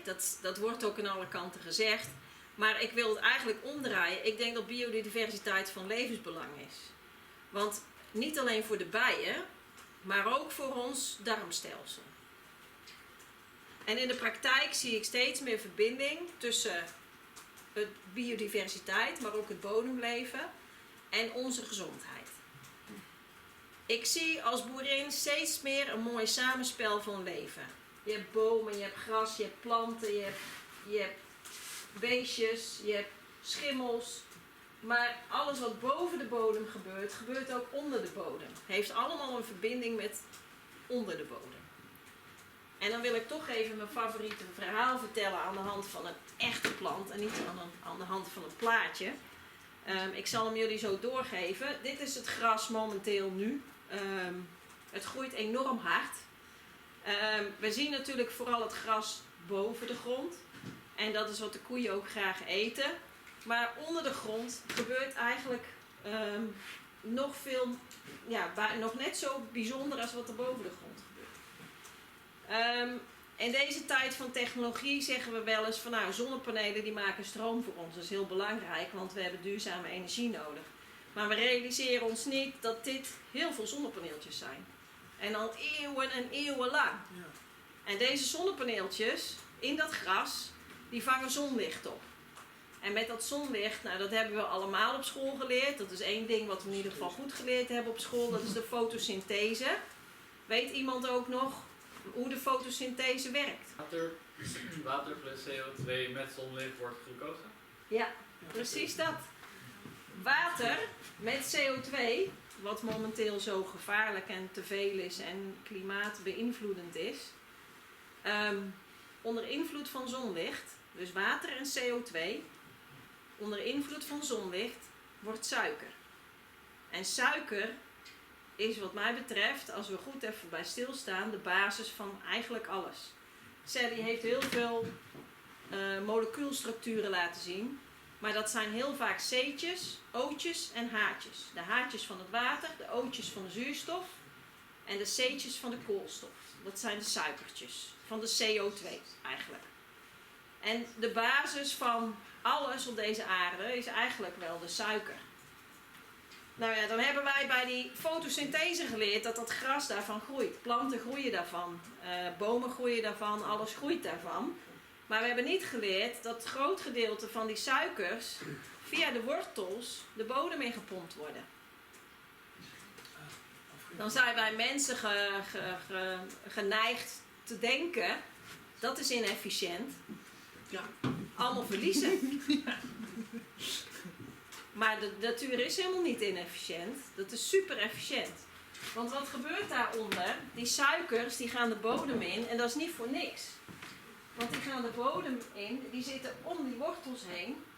En om die wortels zit heel veel leven. Microleven en wat groter leven. Micro-organismen. En die suikers die gaan in verbinding, zeg maar. Nou ja, eigenlijk zeg ik wel eens kort door de bocht. Het gras doet een boodschappenbriefje bij die suikers. En die zegt vandaag heb ik deze aminozuren nodig en deze nutriënten nodig. En het bodemleven gaat aan de gang om dat vrij te maken. De schimmels groeien zelfs in de wortels. Dan denken we, oh shit, parasieten hè. Maar die schimmels die verlengen zelfs het wortelstelsel. Zodat een voedingsstof wat hier onder dat gras niet aanwezig is, aan de andere kant van het perceel opgehaald kan worden door dat grote netwerk. Dus dat is de symbiose van de plant gras met bodemleven in de grond.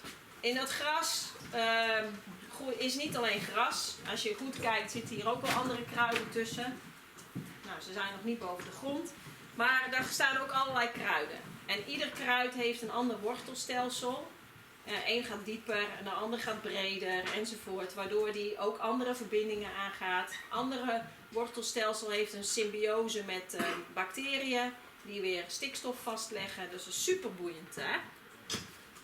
Omdat de mens gras door het darmstelsel ook gewoon niet kan verteren. Dus wij hebben dieren nodig om dat samenspel weer verder te brengen. Dus gezond gras en kruiden zorgen ook voor gezonde koeien. Dus de koe maakt voor ons gezonde melk. Voor het kalf, maar ook voor ons. Want een koe, zeg ik wel eens, is een dienstbaar dier. Dienstbaar naar haar kalf, maar ook dienstbaar naar de mens. Al toch wel verschillende eeuwen. Maar ook dienstbaar naar de natuur. En daarom beheren wij natuur met koeien. Nou, gaan we even naar de melk. Schone, rauwe melk van grasgevoerde koeien. Daar zit ontzettend veel in. We hebben net van Sally al gehoord, enzymen. Allerlei enzymen. Om melksuikers, eiwitten af te breken, vetten af te breken. Maar ook calcium dus goed op te nemen. Er zitten nuttige bacteriën in. Zeker in gefermenteerde zuivel. Er zitten eiwitten in. 20% van die eiwitten kunnen niet tegen pasteuriseren. En dat komt omdat eiwitten, ja, denk maar eens gewoon als je een ei bakt, dan verandert de eiwitstructuur. Dat zie je al, want dat eiwit, dat wordt anders. Dat verandert. Dat wordt veel harder. En er zijn ook heel veel goede eiwitten, zeg maar. En ja, die hebben we dus juist nodig. En door pasteurisatie vallen eiwitten uit elkaar. In schone rauwe melk zitten ook gezonde vetten. Dat hebben we net allemaal gehoord. Maar ook vitamine, zowel water als vetoplosbare vitamine. Echt veel verschillende mineralen. En zeker als de bodem in orde is. Wanneer zeg maar melk gepasteuriseerd wordt, dan wordt de smaak ook veel zwakker en vlakker. Zeg maar. Dat kennen we ook wel van de gepasteuriseerde kaas in de winkel. Ik denk leuk om jullie heel even te laten zien van hoe ik boter maak. Zeg maar.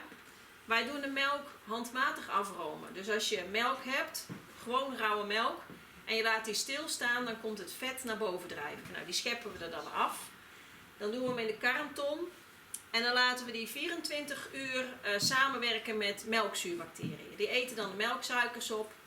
En ja, het klinkt niet aardig, maar ja, ze plassen dan in de melk. En dat maakt de melk zuur. Oftewel, ze fermenteren de melk. Iets wat we al eeuwen ook doen. Die zure room, 24 uur, dus de volgende ochtend zeg maar, ga ik de machine aanzetten en die gaat heel hard de boter of de room, de zure room bewegen. Wat er dan gebeurt is dat die vetbolletjes die eerder bovenop dreven, zeg maar, door het verzuren gaat het ritsje van het jasje van het vetbolletje open. En als je hem hard beweegt, dan gaan die jasjes uit. En dan komt het vet uit het vetbolletje en dat gaat dan aan elkaar kleven. En dan krijg je die boterkorrels die ik net even liet zien, hier. En de jasjes van die vetbolletjes die zitten in de karnemelk, waar ook weer heel goede stoffen in zitten. Nou, die boterkorrels, als je dan de machine stilzet, die gaan bovenop drijven. En als die bovenop drijven, dan kan ik de karnemelk eraf laten lopen. De laatste karnemelk wassen we eruit met water. En dat waswater met karnemelk gebruiken we weer voor de kippen. Nou, roomboter. Dus hier is dan de boter zonder karnemelk en al gewassen. Zeg maar, die gaan we dan kneden. En die boterkorrels die worden dan één massa. En dan kunnen we de boter gaan inpakken in papier. En dat doen we hier ook met de hand. Nou ja, dit is een hele lijst, hele kleine lettertjes. Maar dit is wat er in wetenschappelijk onderzoek allemaal is uitgevonden, wat er allemaal in boter zit. Nou, de kaas, ook hetzelfde. Een tip wat ik jullie wil geven als je wil weten van, nou ja, wat is nou goed. Dat gaf ik pas ook aan iemand. Kijk maar eens op het etiket. Als je bij mij op het etiket kijkt van de boter of van de karnemelk, dan staat er melk op en melkzuurbacteriën. En dat is het wel. Bij kaas staat er dan nog stremsel bij. Nou, dat zijn 3 ingrediënten. Maar als we bij de gemiddelde voedingsproducten die we nu kopen en consumeren kijken, dan is de lijst onmetelijk lang. Dus nou, een tip voor jullie, kijk eens naar het etiket. En een andere tip wat wel eens gezegd wordt, ja, als het voedingsmiddelen of ingrediënten zijn die jouw overgrootoma niet kende, dan zou ik toch ook maar eens gaan kijken. Oh ja, ik gebruik ook wel zout. Maar dan gebruik ik ongeraffineerd zout, waar nog 85 mineralen in zitten. Wat eigenlijk ook de bedoeling is.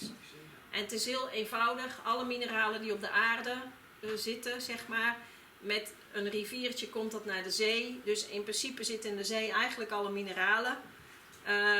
En vroeger stroomde de zee nog wel eens over het land, waardoor het land ook weer mineralen krijgt. Wat wij nu doen is bijvoorbeeld steenmeel of zeezout, zeg maar, in het systeem brengen via de koeien of over het land strooien. Dus het is heel belangrijk om die mineralen in balans te houden.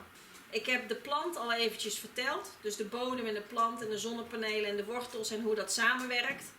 En dat je wortels hebt, haarwortels en daaromheen de bacteriën zitten. Maar ik wil jullie eventjes nog meenemen naar onszelf. Vaak denken we dat dat gewoon een tuinslang is die door onze buik krioelt en eindigt in de wc. Maar het zit veel mooier in elkaar. En wat ik dus mooi vind, zeg maar, is dat ik steeds meer die verbinding zie. Wat ik al zei, op die darmvlokken zitten ook weer haartjes. Cellen met allemaal haartjes. En dan zitten er nog bacteriën omheen. Terwijl dat darmoppervlak, zoals je hier ziet, dat wordt enorm vergroot. Het mooie is dat er bij ons hetzelfde gebeurt als met het gras en de bodem. Dat we dat samen met onze bacteriën doen. Dus we hebben helemaal geen tuinslang. We hebben eigenlijk een wortelstelsel in onze darm zitten. Die groeit in ons eten. En ons eten wordt verteerd. En dan gaat het via de cellen, wordt het opgenomen in ons bloed. En kunnen wij daar dus van groeien. Ligt natuurlijk aan wat wij eten, dat zal een ander ecosysteem geven. Eten we vooral suikers, dan gaan daar micro-organismen leven die echt heel erg van suiker houden. Ja, nou goed, dat was mijn boeiende verhaal. En ik vraag me heel vaak af wat de koe daarvan denkt. En ik ben nu al eigenlijk wel benieuwd wat jullie daarvan denken. Voordat ik dat vraag, zeg maar, wil ik ook zeggen van, kijk, dit is mijn verhaal als boerin. En soms voel ik me daar ook wel eens een beetje alleen. Niet alleen omdat ik heel veel klanten heb, maar soms wel in de maatschappelijke discussie. Want mijn verhaal kan ik echt niet zo op deze manier in Den Haag vertellen. Ik heb het wel een paar keer gedaan en geprobeerd, maar het wordt niet altijd begrepen. Maar gelukkig ben ik niet alleen, want er zijn steeds meer mensen die op allerlei manieren hieraan gaan werken.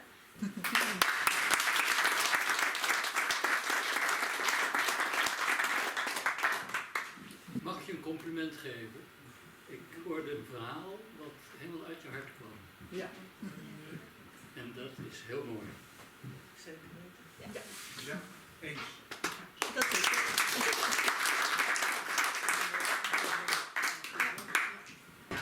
Je hebt een groot hart voor de bodem. Maak je je ook zorgen om vervuiling die er ook steeds meer plaatsvindt, ook met microplastics en dat soort dingen? Is dat een grote bedreiging en zorg? Er zijn veel dagen dat ik me zorgen maak en niet over microplastics alleen. Wat nu weer een item is dat het slootwater vervuild wordt. Het was heel mooi, vorig jaar kregen we een cadeau van de natuur en toen groeide er in onze slootkant groeide er een veenpluis. Dat is het plantje wat van de natuurorganisaties gezegd wordt dat dat bedreigd wordt, zeg maar. Nou, het groeit bij ons in de slootkant en wij spreken een meter daarnaast poept een koe. Dus ik maakte een foto van dat plantje en ja, toen zoomde ik die foto in en toen zag ik een film op het water liggen. En dan ga je natuurlijk denken, wat zie ik nu? En waar komt het vandaan? Heb ik dit gedaan? Want dat is de verantwoordelijkheid die ik heb. Maar dat kan niet, want dan groeit dat plantje daar niet.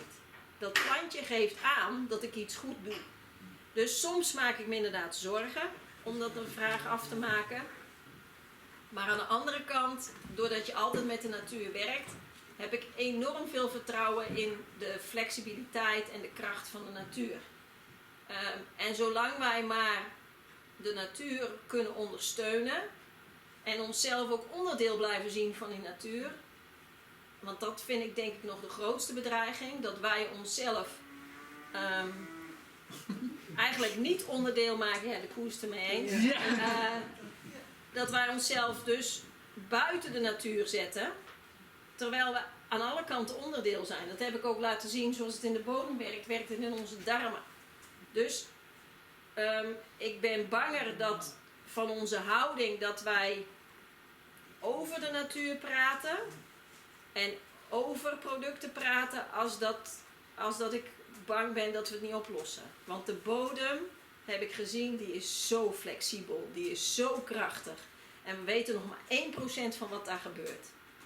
En ik ben ervan overtuigd dat alle vervuiling die wij met elkaar gemaakt zouden hebben of hebben, dat kan de natuur afbreken. Daar ben ik echt zo van overtuigd. Het enige is dat we daarin mogen geloven. Op weg hier naartoe, we zijn op de fiets gekomen, het is boerenland. Ja. Je hebt allemaal buren, boeren. Ja. Hoeveel zijn er onder die boeren die dezelfde visie hebben als jij hebt? Of ben jij roepende in de woestijn? Nee, dat valt best mee. Wij zijn een demonstratiebedrijf. En wij proberen ook ons verhaal aan andere boeren te vertellen. Ik heb meer vertrouwen in collega-boeren, want die werken met de natuur. Ze kunnen niet anders. Of ze precies mijn verhaal vertellen, nee, dat denk ik ook niet. Want er is na de oorlog natuurlijk ook een hele hoop gebeurd. Toen was het doel nooit meer honger. Dus steeds hogere producties. En die hogere producties werden ook ondersteund door allerlei bedrijven. En die bedrijven die bezoeken ook de boeren. En die geven hun inzichten weer en hun verdienmodel ook aan de boer. En dus je ziet dat dat systeem niet altijd meer in balans is, zeg maar. Wat ik daar straks ook al voor de pauze zei, van probeer niet te veel te oordelen, maar probeer te stimuleren. En dat probeer ik ook. Dus ik probeer collega-boeren ook te stimuleren in een systeem wat ik denk dat voor de boeren ook beter is. Want ik denk, willen we een mooie aarde houden, dan hebben we meer boeren nodig als minder boeren nodig. En dan hebben we vooral de aarde, de huid van de aarde groen te houden. En ja, in Nederland doen we dat vooral met boeren. Dus een hele belangrijke doelgroep. En ja, uit dat gewoon ook eens een keer.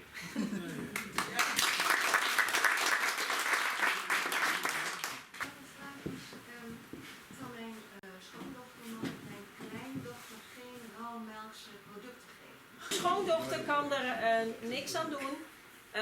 Want we zijn 100 jaar geleden door meneer Pasteur daarin meegenomen, in die theorie.